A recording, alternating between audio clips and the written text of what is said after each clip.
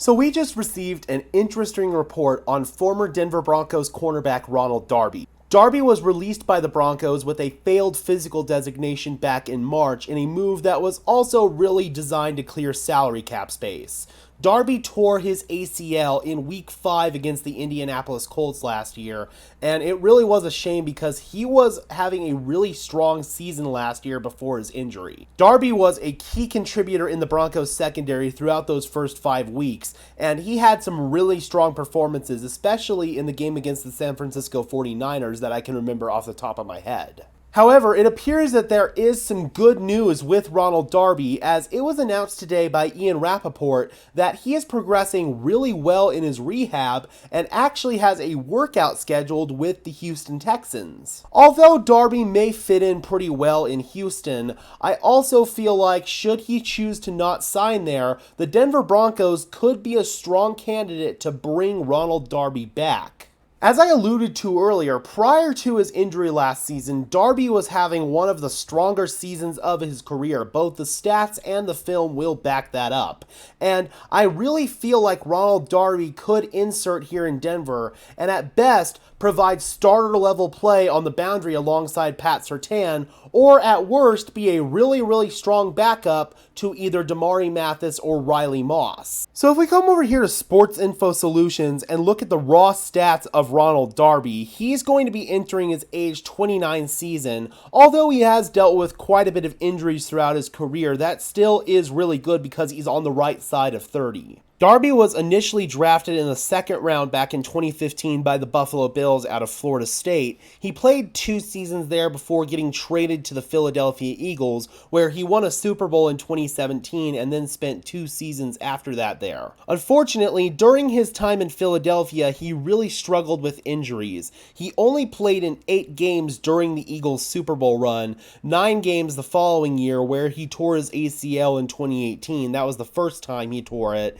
Then, in 2019, he played in just 11 games, but he bounced back really well in 2020 after he signed with the Washington football team on a 1-year prove-it deal. In that season, Darby was targeted 85 times, and he allowed just a 52.9 completion percentage.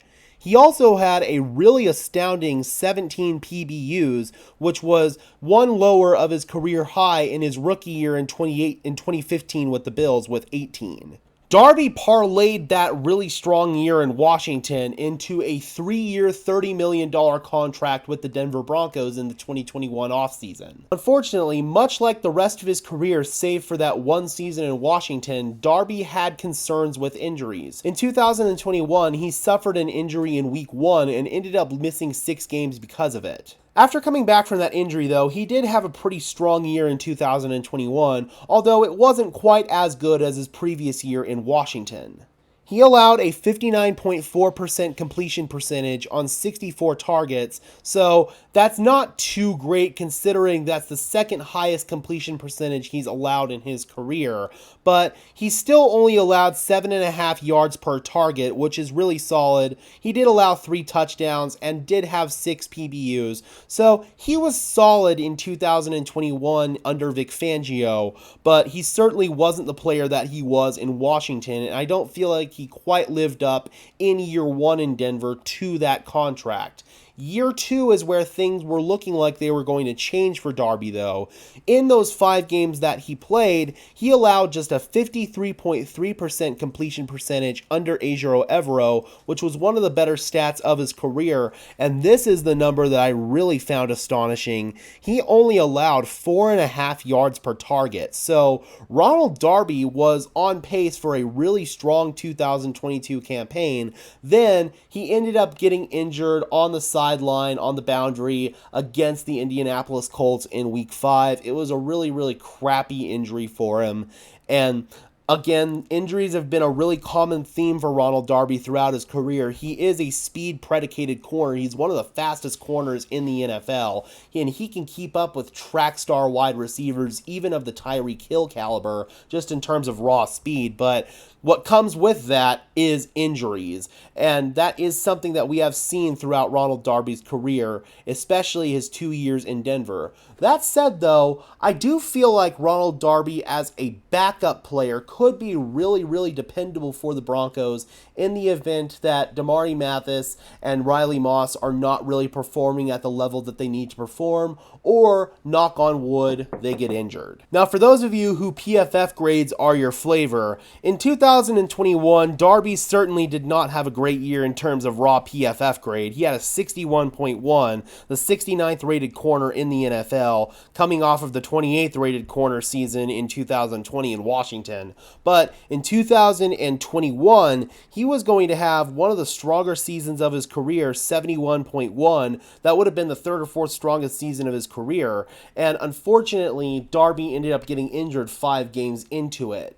I feel like, honestly, the Pro Football Focus grade didn't do Darby justice there, because if you look at him on tape, man, he was locking down corners like fly paper. He was locking down wide receivers like fly paper in 2022, and it was really, really unfortunate that he got injured in what would have been a really strong campaign for him.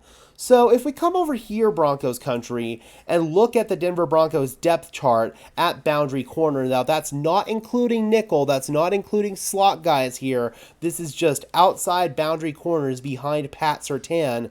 I really feel like we're depending really heavily on Damari Mathis, who did have a strong year last year, but he did also struggle in certain elements of his game. I feel like he's more of a man corner than a zone corner. Then we've got Riley Moss, who we drafted in the 3rd round out of Iowa. We've got high expectations for him as a rookie, but let's say that these 2 young players aren't really able to step up to the level that we need them to. If we've got an underachieving second boundary corner alongside Pat Surtain, that's going to cause some real big issues for us down the road. So Ronald Darby could come in and potentially be an insurance policy should guys such as Damari Mathis or Riley Moss not be able to step up to the plate. Tremon Smith is listed here as a corner, but he doesn't really play a whole lot of defense. He's more of a special teams guy. He's mostly a return specialist. Then we've got Delonte Hood, another unproven guy. And then we got Art Green, an undrafted free agent from this year. So at the end of the day, the Broncos have a lot of unproven commodities at the corner position. Ronald Darby, although he may have his fair share of injury concerns, when he is on the field, I feel like he is a proven, solid player. And at the end of the day, I feel like the Broncos can get away with solid at the second boundary corner spot when you've got an elite player alongside him in Pat Surtain. If the Broncos have really subpar play, though, at that second boundary corner spot, that's where I feel like issues could really come in. So if the Broncos were to offer Ronald Darby a 1-year prove-it deal, $3.5 million, that could be a fair deal for someone like Ronald Darby to come in and potentially compete for that old role of his, or at least provide depth as a really, really good backup. Either way, I don't feel like the Denver Broncos could lose if they brought in Ronald Darby. All right, Broncos country, I'm curious, do you guys feel like bringing back Ronald Darby would make sense for the Denver Broncos? And if so, do you feel like he would make more sense as a starter or as a backup behind Damari Mathis and Riley Moss? Drop those comments down below, guys. I would love to hear your thoughts on this, as always.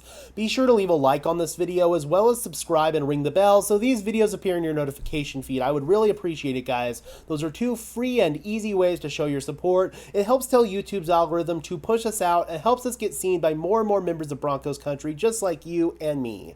And until next time, guys, this has been another episode of Denver Broncos Syndicate. I am your host, Gage Madrid, saying peace out.